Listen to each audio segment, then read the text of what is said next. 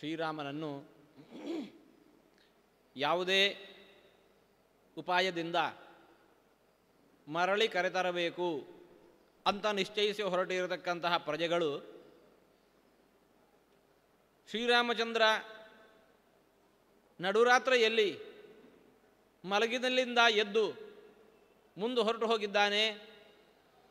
ಇದರಿಂದಾಗಿ ಶ್ರೀರಾಮಚಂದ್ರನ ದಾರಿಯನ್ನು ತಿಳಿಯದೆ ಮರಳಿ ಊರು ಸೇರಿಕೊಂಡರು. ಬೆಳಗಾತ ಎದ್ದು ಶ್ರೀರಾಮನ ಜೊತೆಗೂ ಹೋಗಿರತಕ್ಕಂತಹವರು ಮರಳಿ ಬಂದಿದ್ದಾರೆ, ಬರಿಗೈಯಲ್ಲಿ ಬಂದಿದ್ದಾರೆ. ಶ್ರೀರಾಮಚಂದ್ರ ಬಂದಿಲ್ಲ ಅನ್ನೋದನ್ನು ಅರಿತ ಪ್ರಜೆಗಳು ಶ್ರೀರಾಮಚಂದ್ರ ಇನ್ನು ಮುಂದೆ ಬಂದಾನು ಅನ್ನೋ ಆಶೆಯನ್ನೇ ಕಳಕೊಂಡು ಬಗೆ ಬಗೆಯಲ್ಲಿ ತಮ್ಮ ದುಃಖವನ್ನು ತೋಡಿಕೊಳ್ತಾ ಇದ್ದಾರೆ. ಕೈಕೇಯಿಯ ಈ ತಂತ್ರದಿಂದಾಗಿ ನಗರವೆಲ್ಲ ದುಃಖಿತವಾಗಿದೆ. ಇಂತಹ ಕೈಕೇಯಿಯ ರಾಜ್ಯದಲ್ಲಿ ನಾವು ಹೇಗೆ ತಾನೇ ವಾಸ ಮಾಡೋದು? ಉಪದ್ರುತಮಿದಂ ಸರ್ವಂ ಅನಾಲಂಬಂ ಅನಾಯಕಂ. ಕೈಕೇಯಿಯ ಈ ಇಂತಹ ಒಂದು ವರ್ತನೆಯಿಂದಾಗಿ ಲೋಕ ಎಲ್ಲ ಬಗೆ ಬಗೆಯ ಉಪದ್ರವವನ್ನು ದುಃಖವನ್ನು ಅನುಭವಿಸ್ತಾ ಇದೆ. ಸರ್ವಂ ಅನಾಲಂಬಂ, ಆಶ್ರಯವೇ ಇಲ್ಲ ಯಾರಿಗೂ. ಅನಾಯಕಂ, ನಾಯಕನಿಲ್ಲದೇ ಇರತಕ್ಕಂತಹ ರಾಜ್ಯ ಆಗೋಯಿತು. ಕೈಕೇಯಿಯಾಸ್ತು ಕೃತೆ ಸರ್ವಂ ವಿನಾಶಮುಪಯಾಸ್ಯತಿ. ಕೈಕೇಯಿಯ ಈ ಒಂದು ತಂತ್ರದಿಂದಾಗಿ ಅಯೋಧ್ಯೆ ಇವತ್ತು ವಿನಾಶದಂಚಿಗೆ ಬಂದು ನಿಂತಿದೆ. ದಶರಥ ಮಹಾರಾಜ ಮುಪ್ಪಡರಿದವರು ಆಗಿದ್ದಾರೆ. ಶ್ರೀರಾಮಚಂದ್ರನನ್ನು ಕಾಡಿ ಕಳುಹಿಸಿ ಆಯಿತು. ನಮ್ಮನ್ನು ನೋಡಿಕೊಳ್ಳೋರು ಯಾರು? ನಹಿ ಪ್ರವ್ರಜಿತೇ ರಾಮೇ ಜೀವಿಷ್ಯತಿ ಮಹೀಪತಿ ಮೃತೆ ದಶರಥೇ ವ್ಯಕ್ತಂ ವಿಲೋಪಸ್ತದನಂತರಂ. ಶ್ರೀರಾಮಚಂದ್ರ ಕಾಡಿಗೆ ಹೊರಟು ಹೋಗಿದ್ದಾನೆ. ಇಳಿವಯಸ್ಸಿನಲ್ಲಿ ಮಗನನ್ನು ಕಳಗೊಂಡಂತಹ ದಶರಥ ಮಹಾರಾಜರು ಇನ್ನು ಬಹುದಿವಸ ಬದುಕುವ ಆಶೆ ಇಲ್ಲ. ಯಾಕೆ? ಶ್ರೀರಾಮಚಂದ್ರನ ವಿಯೋಗದಿಂದ ಉಂಟಾಗುವಂತಹ ದುಃಖ ಅಂತಹದ್ದು, ಪ್ರಾಣಾಂತಿಕವಾಗಿರತಕ್ಕಂತಹ ದುಃಖ. ಹಾಗಾಗಿ ನಾಳೆ ಒಂದು ವೇಳೆ ದಶರಥ ಮಹಾರಾಜರು ಕೂಡ ಮೃತರಾದರು ಅಂತಂದರೆ ವ್ಯಕ್ತಂ ವಿಲೋಪ ತದನಂತರಂ, ಆ ನಂತರದ ಒದಗುವಂತಹ ಅಯೋಧ್ಯೆಯ ದುರವಸ್ಥೆಯನ್ನು ಹೇಳತೀರದು. ಹಾಗಾಗಿ ಅಂದುಕೊಳ್ತಾ ಇದ್ದಾರೆ, ತೇ ವಿಷಂ ಪಿಬತಾಲೋಡ್ಯ ಕ್ಷೀಣ ಪುಣ್ಯ ಸುದುಃಖಿತಾ ರಾಘವಂ ವಾ ಅನುಗಚ್ಚಧ್ವ ಅಶ್ರುತಿಂ ವಾಪಿ ಗಚ್ಚದ. ಏನು ಮಾಡಬೇಕು ಇವಾಗ? ನಮ್ಮ ಮುಂದೆ ಇಂತಹ ದುಃಖದ ಸನ್ನಿವೇಶ ಇದೆ. ಯಾಕಿಂತಹ ದುಃಖ ನಮಗೆ ಒದಗಿ ಬಂತು? ಕ್ಷೀಣ ಪುಣ್ಯ, ನಮ್ಮ ಪುಣ್ಯ ಅದು ಹ್ರಾಸವಾಗಿದೆ, ನಮ್ಮ ಪುಣ್ಯ ಕ್ಷೀಣವಾಗಿದೆ. ಆ ಕಾರಣಕ್ಕೋಸ್ಕರ ನಮಗಿಂತಹ ದುಃಖ ಬಂತು. ಹಾಗಾಗಿ ಇನ್ನೂ ನಾವು ಉಳಿದೆವು ಅಂತಾದರೆ ಆ ದುಃಖಕ್ಕೆ ಕೊನೆಯೇ ಇಲ್ಲ. ಏನು ಮಾಡಬೇಕು? ವಿಷಂ ಪಿಬತ ಆಲೋಡ್ಯ, ವಿಷವನ್ನಿಷ್ಟು ನೀರಿನಲ್ಲಿ ಕಲಸಿಕೊಂಡು ಅದನ್ನೇ ಕುಡಿದು ಬಿಡೋಣ, ಮೃತರಾಗೋಣ. ಇಲ್ಲ ರಾಘವಂವಾ ಅನುಗಚ್ಛಾಮಹ, ಶ್ರೀರಾಮಚಂದ್ರ ಎಲ್ಲಿದ್ದಾನೋ ಅಲ್ಲಿ, ಇವತ್ತಲ್ಲ ನಾಳೆ ಸಿಕ್ಕಾನು ಅಂತ ಹೇಳಿಕೊಂಡು ಅವನನ್ನು ಹುಡುಕಿಕೊಂಡು ಮುಂದುವರಿಯೋಣ. ಮಿಥ್ಯಾ ಪ್ರವ್ರಾಜಿತೋ ರಾಮ ಸಭಾರ್ಯ ಸಹ ಲಕ್ಷ್ಮಣ ಭರತೆ ಸನ್ನಿಬದ್ಧಾಸ್ಮಃ ಸೌನಿಕೆ ಪಶವೋ ಯಥಾ. ಶ್ರೀರಾಮಚಂದ್ರನನ್ನು ಕಾಡಿಗೆ ಕಳುಹಿಸುವಂತಹ ಅಪರಾಧ ಅವನಿಂದ ಏನು ನಡೆದಿತ್ತು? ಯಾವ ಅಪರಾಧವೂ ಅವನಲ್ಲಿಲ್ಲ. ಕಾರಣ ಇಲ್ಲದೆ ಅವನನ್ನು ಕಾಡಿಗಟ್ಟಿದ್ದಾಗಿದೆ. ಜೊತೆಗೆ ಸೀತಾದೇವಿಯೂ ಹೊರಟು ಹೋಗಿದ್ದಾಳೆ, ಲಕ್ಷ್ಮಣನೂ ಹೊರಟು ಹೋಗಿದ್ದಾನೆ. ಇವಾಗ ನಮ್ಮೆಲ್ಲರ ಜುಟ್ಟನ್ನು ಭರತನ ಕೈಯಲ್ಲಿ ಕೊಟ್ಟಿದ್ದಾಳೆ ಕೈಕೇಯಿ. ಇದರಿಂದ ಏನಾಯಿತು ನಮ್ಮ ಸ್ಥಿತಿ? ಕಟುಕರವ ಕಡಿಯುವ ಪ್ರಾಣಿಗಳನ್ನು ಆ ಗೂಟಕ್ಕೆ ಕಟ್ಟಿ ಹಾಕಿರ್ತಾನೆ. ನಮ್ಮ ಸ್ಥಿತಿ ಇವತ್ತು ಹಾಗಾಗಿ ಹೋಗಿದೆ. ನಮಗಿನ್ನಾರು ಗತಿ? ಪೂರ್ಣಚಂದ್ರಾನನ ಶ್ಯಾಮ ಗೂಢಜತ್ರುರರಿಂದಮಃ ಆಜಾನುಬಾಹು ಪದ್ಮಾಕ್ಷೋ ರಾಮೋ ಲಕ್ಷ್ಮಣ ಪೂರ್ವಜ. ಶ್ರೀರಾಮಚಂದ್ರನ ಗುಣಗಳನ್ನು ನೆನೆದು ಹರುಬ್ತಾ ಇದ್ದಾರೆ.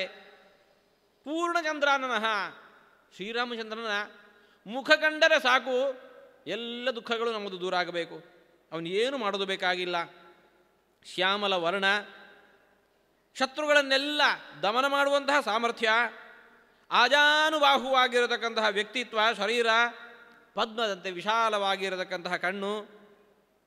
ಶ್ರೀರಾಮಚಂದ್ರನ ಈ ಚಿತ್ರವನ್ನು ಕಣ್ಣ ಮುಂದೆ ಒಮ್ಮೆ ತಂದುಕೊಂಡರೆ ಸಾಕು ದುಃಖ ಎಲ್ಲ ದೂರ ಆಗತ್ತೆ. ಪೂರ್ವಾಭಿಭಾಷಿ ಮಧುರ ಸತ್ಯವಾದಿ ಮಹಾಬಲ ಸೌಮ್ಯಶ್ಚ ಸರ್ವಲೋಕಸ್ಯ ಚಂದ್ರವತ್ ಪ್ರಿಯದರ್ಶನ. ವ್ಯಕ್ತಿಗಳಿಬ್ಬರು ಎದುರು ಬದುರಾದಾಗ ನಾನು ಮೊದಲು ಮಾತನಾಡಬೇಕೋ ಅವನು ಮೊದಲು ಮಾತನಾಡಲೋ? ನಾನು ಮೊದಲು ಮಾತನಾಡಿಸಿಕೊಂಡು ಹೋದೆ ಅಂತಂದರೆ ಅವನು ಪ್ರತ್ಯುತ್ತರ ನೀಡಿಲ್ಲ ಅಂತಂದರೆ ಈ ಭಾವನೆಯಿಂದ ಇವನೂ ಮಾತನಾಡೋದಿಲ್ಲ, ಅವನೂ ಮಾತನಾಡೋದಿಲ್ಲ. ಪರಿಚಿತರೇ ಆಗಿದ್ದರೂ ಕೂಡ ಇಂತಹ ಒಂದು ಬಿಮ್ಮು ಬಾಧಿಸ್ತದೆ. ಇಬ್ಬರು ಮಾತನಾಡದೆ ಹಾಗೆ ಮುಂದೆ ಹೊರಟು ಹೋಗ್ತಾರೆ. ಮುಂದೆ ಹೋದವರು ಅವನು ಇವನನ್ನು ಬೈಕೋತಾನೆ, ಇವನು ಅವನನ್ನು ಬೈತಾನೆ. ಆದರೆ ಶ್ರೀರಾಮಚಂದ್ರ ಯಾವುದೇ ಒಬ್ಬ ವ್ಯಕ್ತಿಯ ಮುಂದೆ ಎದುರಾದ ಅಂತಂದರೆ ಅಂತಹ ಸ್ಥಿತಿ ಇಲ್ಲೇ ಇಲ್ಲ. ಅವರಿಂದ ಪ್ರತ್ಯುತ್ತರ ಸಿಗಲಿ ಸಿಗದೇ ಇರಲಿ, ತಾನು ಮಾತನಾಡೋದು ನಿಶ್ಚಯ ಅಂತ ಹೇಳಿಕೊಂಡು ಶ್ರೀರಾಮಚಂದ್ರ ಪೂರ್ವಾಭಿಭಾಷಿ, ಮೊತ್ತ ಮೊದಲಾಗಿ ತಾನೇ ಮಾತನಾಡಿಸಿಕೊಂಡು ಹೋಗ್ತಾನೆ. ಮಾತುಗಳಾದರೂ ಎಂತಹವು? ಮಧುರ, ಅತ್ಯಂತ ಮಧುರವಾಗಿರತಕ್ಕಂತಹ ಮಾತುಗಳವು. ಮಧುರವಾದ ಮಾತುಗಳಿರಬಹುದು, ಸುಳ್ಳು ಸುಳ್ಳು ಮಾತುಗಳನ್ನು ಅನ್ನೋದು ಎಂದೂ ಆಡಿದವನಲ್ಲ. ಸತ್ಯವಾದಿ, ಯಥಾರ್ಥವಾಗಿರತಕ್ಕಂಥ ಮಾತುಗಳನ್ನಾಡುವವನು, ಮಹಾಬಲಿಷ್ಠನಾದವನು, ಸೌಮ್ಯ ಸ್ವರೂಪನಾದವನು. ಸಕಲ ಲೋಕಕ್ಕೂ ಕೂಡ ಚಂದ್ರನ್ನು ಕಂಡ್ರೆ ಏನು ಹರ್ಷನೋ ಅಂತಹ ಹರ್ಷ ಆ ಶ್ರೀರಾಮಚಂದ್ರ ಕಂಡ್ರೆ ಆಗ್ತಾ ಇತ್ತು. ನೂನಂ ಪುರುಷ ಶಾರ್ದೂಲ ಮತ್ತ ಮಾತಂಗ ವಿಕ್ರಮ ಶೋಭಯಿಷ್ಯತ್ಯರಣ್ಯಾನಿ ವಿಚರನ್ ಸಮಹಾರಥ. ಅಂಥ ಶ್ರೀರಾಮಚಂದ್ರನನ್ನು ನಾವು ಕಳ್ಕೊಂಡೆವು, ನಾವು ಭಾಗ್ಯಹೀನರು. ಅಂತಹ ಶ್ರೀರಾಮಚಂದ್ರ ಇವತ್ತು ಶೋಭಯಿಷ್ಯತ್ಯರಣ್ಯಾನಿ, ಅರಣ್ಯದ ನಡುವೆ ವಾಸ ಮಾಡ್ತಾ ಇದ್ದಾನೆ. ಆ ಅರಣ್ಯಕ್ಕೆ ಶ್ರೀರಾಮಚಂದ್ರನಾಗಿ ಶೋಭೆ. ಕಾಡಿನಲ್ಲಿ ಕಾಡಿಗೆ ಶೋಭೆ ತರುವಂತಹ ಹುಲಿಸಿಂಹಗಳಿರ್ತಾವೆ. ಶ್ರೀರಾಮಚಂದ್ರ ಇಲ್ಲದೇ ಇದ್ದದ್ದು ಆ ಕಾಡಿಗೊಂದು ಕಪ್ಪು ಚುಕ್ಕೆ.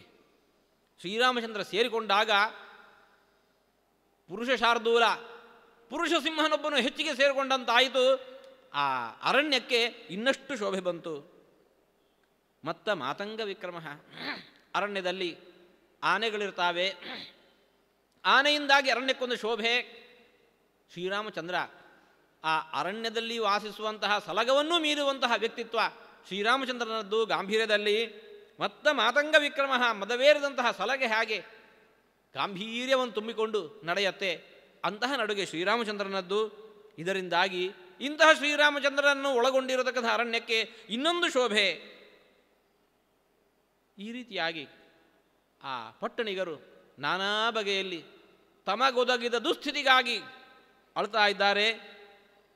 ವಿಲಪಂತ್ಯಸ್ತು ನಗರೆ ನಾಗರ ಸ್ತ್ರೀಯ ಚುಕ್ರುಷು ದುಃಖ ಸಂತಪ್ತಾ ಮೃತ್ಯೋರಿವ ಭಯಾಗಮೆ. ಮೃತ್ಯು ಭಯ ಬಂದಾಗ ಮಂದಿ ಹೇಗೆ ಗೋಳಿಡ್ತಾರೆ, ಶ್ರೀರಾಮಚಂದ್ರನನ್ನು ಕಳಕೊಂಡದ್ದಕ್ಕೋಸ್ಕರ ಆ ಪಟ್ಟಣದ ಸ್ತ್ರೀಯರೆಲ್ಲರೂ ಕೂಡ, ಪ್ರಜೆಗಳೆಲ್ಲರೂ ಕೂಡ ಆ ರೀತಿ ದುಃಖಿಸ್ತಾ ಇದ್ದಾರೆ. ಈ ರೀತಿಯಾಗಿ ಆ ಪಟ್ಟಣವೆಲ್ಲ ಅಳುವಿನಿಂದ ತುಂಬಿದೆ. ಅಳುವಿನಿಂದ ತುಂಬಿರುವಂತೆಯೇ ಅಂದಿನ ದಿನ ಮುಗಿತಾ ಇದೆ. ಜಗಾಮಾಸ್ತಂ ದಿನಕರಃ ರಜನೀ ಚಾಭ್ಯವರ್ತತ. ಸೂರ್ಯ ಆ ದಿನ ಅಸ್ತಂಗತನಾದ. ರಾತ್ರಿ ಹೊತ್ತು ಮೇಲೇರಿ ಬರ್ತಾ ಇದೆ. ಇಷ್ಟಾದರೂ ಯಾರ ಮನೆಯಲ್ಲೂ ಕೂಡ ಇನ್ನೂ ಒಲೆ ಹೊತ್ತಿಸಿಲ್ಲ. ನಷ್ಟಜ್ವಲನ ಸಂತಾಪ ಪ್ರಶಾಂತಾಧ್ಯಾಯ ಸತ್ಕಥಾ ತಿಮಿರೇಣಾನುಲಿಪ್ತೇವ ತದಾಸಾ ನಗರಿ ಬಹು. ಯಾರ ಮನೆಯಲ್ಲೂ ಒಲೆ ಹೊತ್ತಿಸೇ ಇಲ್ಲ, ಒಲೆಯಲ್ಲಿ ಬೆಂಕಿಯೇ ಉರಿದಿಲ್ಲ. ಯಾರ ಮನೆಯಲ್ಲೂ ನಿತ್ಯ ನಡೀತಾ ಇರತಕ್ಕಂತಹ ವೇದಪಾಠ, ಪ್ರವಚನ ಇದ್ಯಾವುದು ಸತ್ಕಥೆಗಳು ಯಾವುದೂ ನಡೀತಾ ಇಲ್ಲ. ಇಡೀ ನಗರಕ್ಕೆ ಮಸಿಯನ್ನು ಬೆಳೆದರೆ ಹೇಗಾದೀತು, ಅಂಜನವನ್ನು ಬೆಳೆದರೆ ಹೇಗಾದೀತು. ಅಯೋಧ್ಯ ನಗರ ಶ್ರೀರಾಮನಿಲ್ಲದೆ ಹೋದುದಕ್ಕಾಗಿ ಆ ರೀತಿ ದುಃಖಿಸ್ತಾ ಇದೆ. ಉಪಶಾಂತ ವಣಿಕ್ಪಜ್ಞ ನಷ್ಟಹರ್ಷ ನಿರಾಶ್ರಯ ಅಯೋಧ್ಯ ನಗರೀಚಾಸೀತ್ ನಷ್ಟತಾರಾಂ ಇವಾಂಬರಂ. ಉಪಶಾಂತ ವಣಿಕ್ಪಣ್ಯ, ಯಾವ ಅಂಗಡಿ ಮುಂಗಟ್ಟುಗಳು ಕೂಡ ಬಾಗಿಲೇ ತೆರೆದಿಲ್ಲ. ಯಾಕೆ? ಲೋಕದಲ್ಲಿ ಯಾರಲ್ಲಿಯೂ ಕೂಡ ಹರ್ಷವೇ ಇಲ್ಲ, ಆಶ್ರಯವನ್ನೇ ಕಳಕೊಂಡಿದ್ದಾರೆ. ಅಂತಹ ನಗರಿ ರಾತ್ರಿ ಹೊತ್ತು ಆಕಾಶಕ್ಕೆ ನಕ್ಷತ್ರಗಳಿಂದ ಶೋಭೆ. ಆ ನಕ್ಷತ್ರಗಳೂ ಆಕಾಶದಲ್ಲಿ ಕಂಡಿಲ್ಲ ಅಂತಾದರೆ ಬರಿದೇ ಕಾರ್ಗತ್ತಲು ಕಾಣ್ತಾ ಇದೆ. ಏನು ಭಯಾನಕವಾಗಿರತ್ತೆ. ಅಂತಹ ಭಯಾನಕ ಸ್ಥಿತಿ ಅಯೋಧ್ಯ ನಗರಿಗೆ ಒದಗಿದೆ. ತದಾ ಸ್ತ್ರೀಯೋ ರಾಮನಿಮಿತ್ತ ಮಾತುರಾಹ ಯಥಾಸುತೆ ಭ್ರಾತರಿವಾ ವಿಭಾಸಿತೆ ವಿಲಪ್ಯ ದೀನಾಹ ರುರುದುರ್ವಿಜೇತಸಃ ಸುತೈಃ ಹಿತಾಸಾಂ ಅಧಿಕೋಭಿ ಸೋಭವತ್.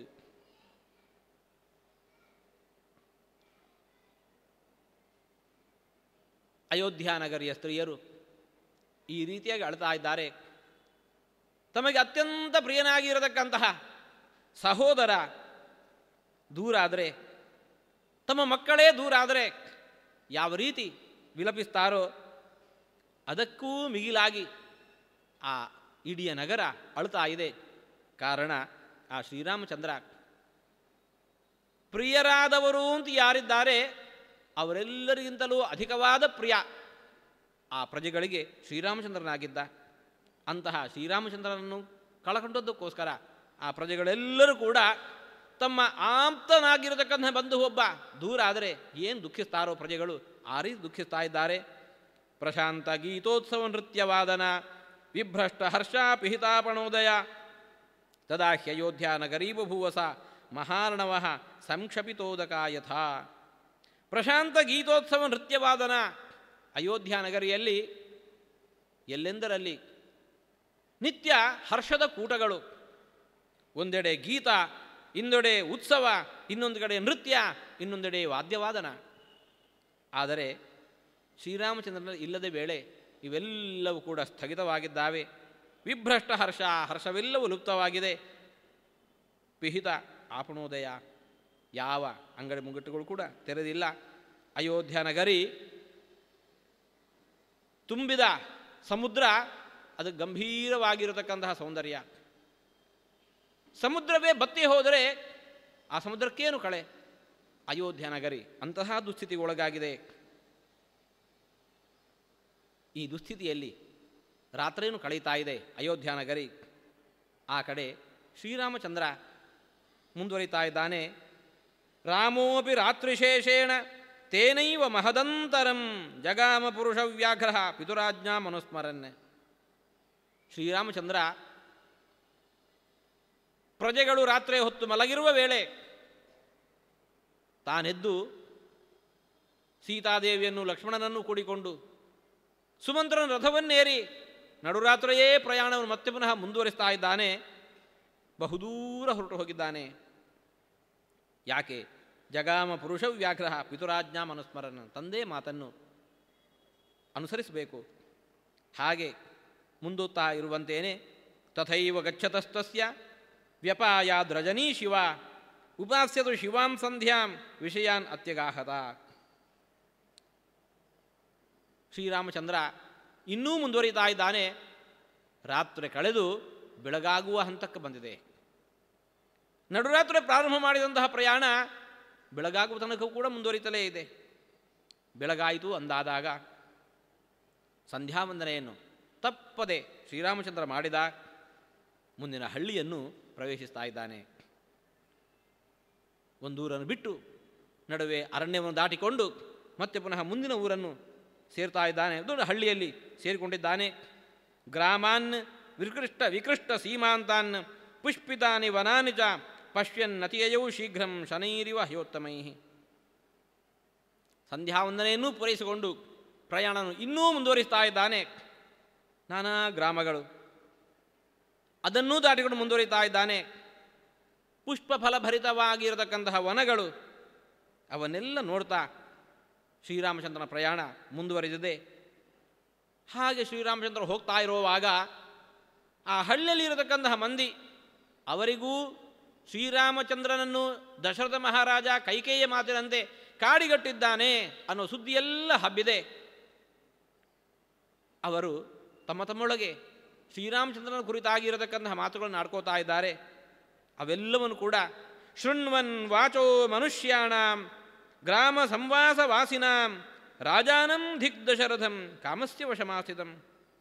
ಆ ಪ್ರಜೆಗಳು ತಮ್ಮ ಕಣ್ಮುಂದೆ ಶ್ರೀರಾಮಚಂದ್ರ ಹೀಗೆ ಪ್ರಯಾಣವನ್ನು ಬೆಳೆಸ್ತಾ ಇರೋದನ್ನು ಕಂಡು ಆ ದಶರಥ ಮಹಾರಾಜನಿಗೆ ಧಿಕ್ಕಾರ ಹಾಕ್ತಾ ಇದ್ದಾರಂತೆ.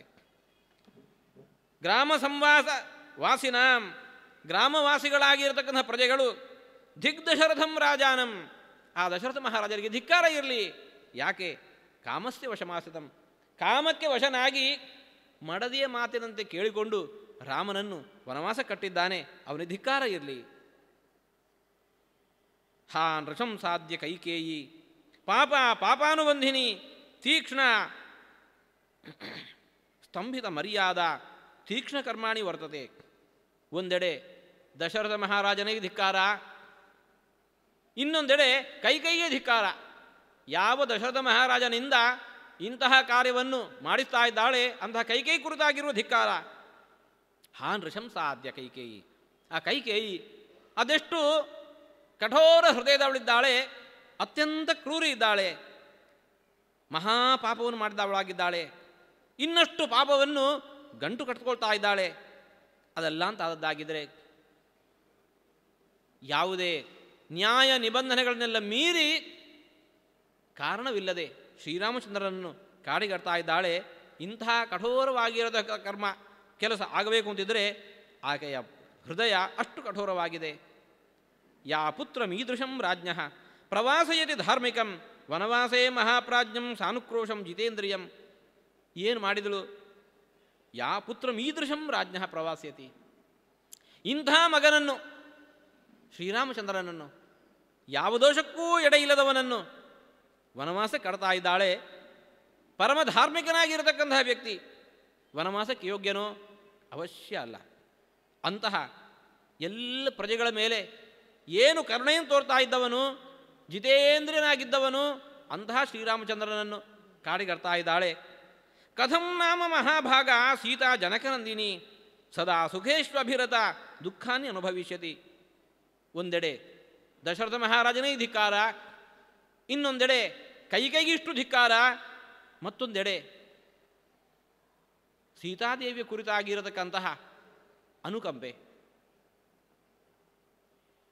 ಮಹಾಭಾಗ್ಯವಂತೆಯಾಗಿರತಕ್ಕಂತಹ ಸೀತಾದೇವಿ ಜನಕರಾಜನ ಮಗಳಾಗಿ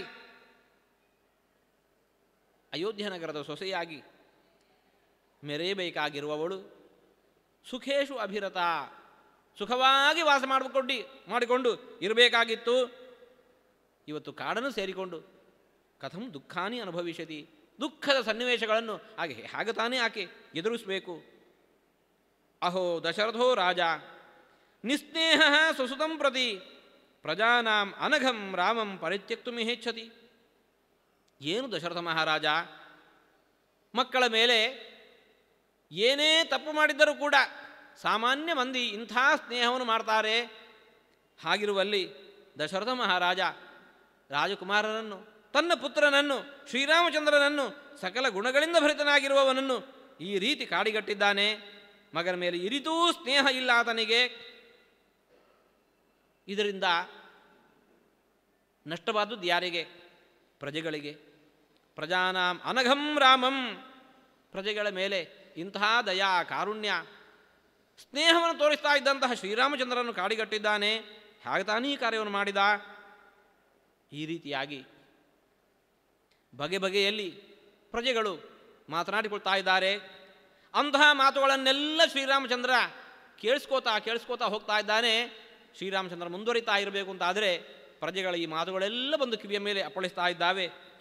ಏತಾ ವಾಚೋ ಮನುಷ್ಯಾಣ ಗ್ರಾಮ ಸಂವಾಸವಾಸಿನಾಂ ಶೃಣ್ವನ್ನತಿಯಯೌ ವೀರ ಕೋಸಲಾನ್ ಕೋಸಲೇಶ್ವರ. ಈ ಮಾತುಗಳೆಲ್ಲ ಕಿವಿಯ ಮೇಲೆ ಬಂದು ಬೀಳ್ತಾ ಇದ್ದಾವೆ. ಶ್ರೀರಾಮಚಂದ್ರ ಅದನ್ನೆಲ್ಲ ಕೇಳ್ತಾ ಕೇಳ್ತಾ ಮುಂದುವರೆದಿದ್ದಾನೆ. ಕೋಸಲ ದೇಶದತ್ತ ಬಂದಿದ್ದಾನೆ. ಅಲ್ಲಿಂದ ಮುಂದೆ ತದೋ ವೇದಶ್ರುತಿಂ ನಾಮ ಶಿವವಾರಿ ವಹಾಂ ನದೀಂ ಉತ್ತೀರ್ಯ ಅಭಿಮುಖ ಪ್ರಾಯಾತ್ ಅಗಸ್ತ್ಯ ಅಧ್ಯುಷತಾಂ ದಿಶಂ. ಶ್ರೀರಾಮಚಂದ್ರ ಆ ಕೋಸಲ ದೇಶವನ್ನೂ ದಾಟಿಕೊಂಡು ಮುಂದುವರಿತಾ ಇದ್ದಾನೆ. ದಾರಿಯಲ್ಲಿ ವೇದಶ್ರುತಿ ಅನ್ನತಕ್ಕಂತಹ ನದಿ, ಶಿವವಾರಿ ವಹಾಂ ಶುಭ್ರವಾಗಿರತಕ್ಕಂಥ ಜಲವನ್ನು ಹೊತ್ತುಕೊಂಡು ಮುಂದುವರಿತಾ ಇದ್ದಾಳೆ, ಹರಿತಾ ಇದ್ದಾಳೆ. ಅಂತಹ ವೇದಶ್ರುತಿ ಅನ್ನತಕ್ಕಂಥ ನದಿ ದೊರಕಿದೆ. ಅಲ್ಲೂ ಸಂಧ್ಯಾವಂದನೆಯನ್ನು ಮಾಡಿಕೊಂಡು ಅದನ್ನೂ ದಾಟಿಕೊಂಡು ಮುಂದುವರಿತಾ ಇದ್ದಾನೆ. ಗತ್ವಾತು ಶುಚಿರಂ ಕಾಲಂ ತತ ಶೀತವಹಾಂ ನದೀಂ ಗೋಮತೀಂ ಗೋಯುತಾನೂಪಾಂ ಅತರತ್ ಸಾಗರಂಗಮಾಂ. ಅಯೋಧ್ಯೆಯನ್ನು ಬಿಟ್ಟು ಸರಯೂ ನದಿಯನ್ನು ದಾಟಿಕೊಂಡು ಬಂದವನು ಇವತ್ತು ಕೋಸಲ ದೇಶದ ಬಳಿಕ ಹರಿತಾ ಇರುವಂತಹ ಆ ವೇದಶ್ರುತಿ ಅನ್ನತಕ್ಕಂಥ ನದಿಯನ್ನು ದಾಟಿದ. ಅಲ್ಲಿಂದಲೂ ಮುಂದುವರಿತಾ ಮತ್ತೊಂದು ನದಿ ಎದುರಾಗಿದೆ, ಗೋಮತಿ ನದಿ. ಇಕ್ಕೆಲಗಳಲ್ಲಿ ಸಮೃದ್ಧವಾಗಿರತಕ್ಕಂತಹ ಹುಲ್ಲುಗಾವಲು, ಆ ಹುಲ್ಲುಗಾವಲನ್ನು ಅರಸಿಕೊಂಡು ಬಂದಿರತಕ್ಕಂತಹ ಗೋವುಗಳ ಸಮೂಹ ಅವೆಲ್ಲ ತುಂಬಿಕೊಂಡಿದ್ದಾವೆ. ಗೋಯುತಾನೂಪಾಂ, ಆ ದಡದಲ್ಲಿ ಸಹಸ್ರಾರು ಗೋವುಗಳು ವಿಶ್ರಮಿಸಿಕೊಳ್ತಾ ಇದ್ದಾವೆ, ಆಹಾರವನ್ನು ಅರಸ್ತಾ ಇದ್ದಾವೆ. ಇಂತಹ ಗೋಮತಿ ನದಿ ಸಾಗರದತ್ತ ತೆರಳುತ್ತಾ ಇದೆ. ಅಂತಹ ಆ ಗೋಮತಿ ನದಿಯನ್ನು ಕೂಡ ಅದನ್ನೂ ದಾಟಿದ. ಗೋಮತೀಂ ಚಾಪ್ಯತಿಕ್ರಮ್ಯ ರಾಘವ ಶೀಘ್ರಗೈರ್ಹಯೈ ಮಯೂರ ಹಂಸಾಭಿರುತಾಂ ತತಾರಸ್ಯಂದಿಕಾಂ ನದೀಂ. ಆ ಗೋಮತಿ ನದಿಯನ್ನು ದಾಟಿಕೊಂಡು ಮುಂದುವರಿಯುತ್ತಾ ವೇಗವಾಗಿ ಹೋಗುವಂತಹ ಓಡ್ತಾ ಇರುವಂತಹ ಕುದುರೆಗಳವು ಅವುಗಳ ಮೇಲೇರಿ ರಥವನ್ನೇರಿ ಹೋಗ್ತಾ ಇದ್ದಾನೆ.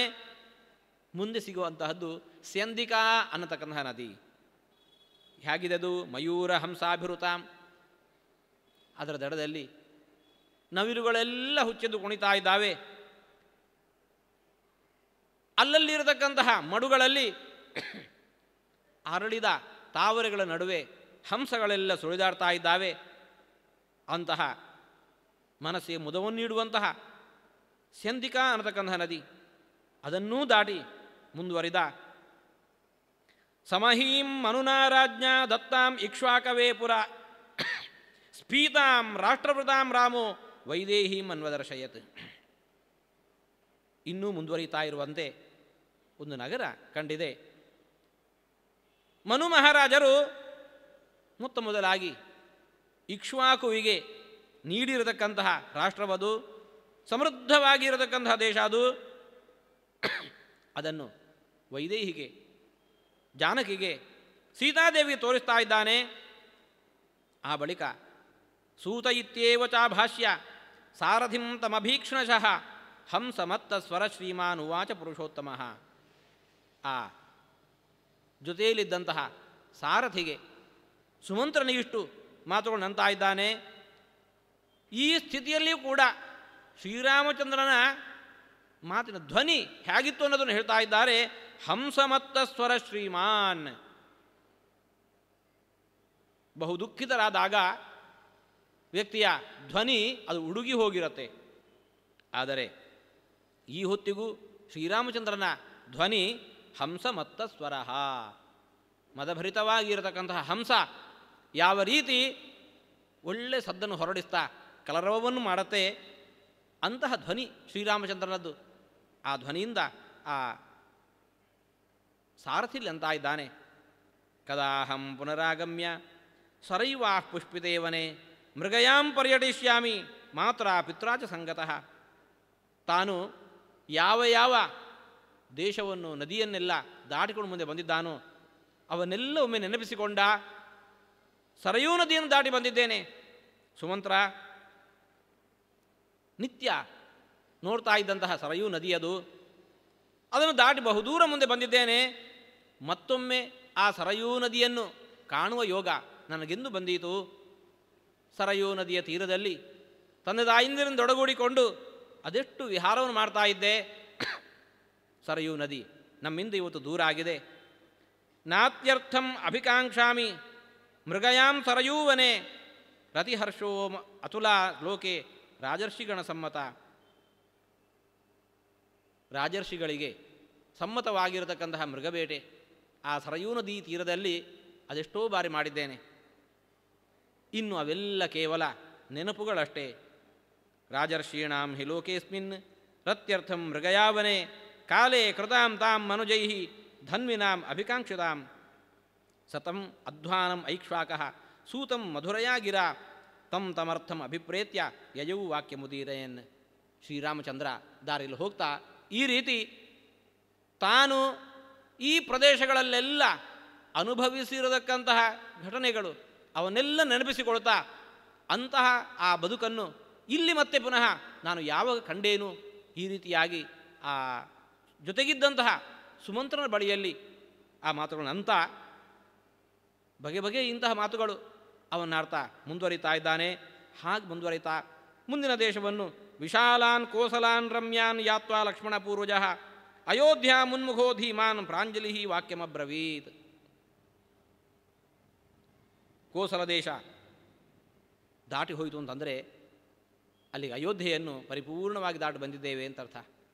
ಹಾಗೆ ಅದನ್ನು ದಾಟಿ ಬಂದವನು ಅಯೋಧ್ಯೆಗೆ ಮುಖ ಮಾಡಿ ತಿರುಗಿ ನಿಂತು ತಾನು ದಾಟಿ ಬಂದಂತಹ ಅಯೋಧ್ಯ ನಗರಕ್ಕೆ ಕೈ ಮುಗಿದು ನಿಂತಿದ್ದಾನೆ ಎಂಬಲ್ಲಿಗೆ ಇವತ್ತಿನ ಪ್ರವಚನ ಮುಕ್ತಾಯಗೊಳಿಸ್ತಾ ಇದ್ದೇವೆ. ಕೃಷ್ಣ ಅರ್ಪಣಮಸ್ತು.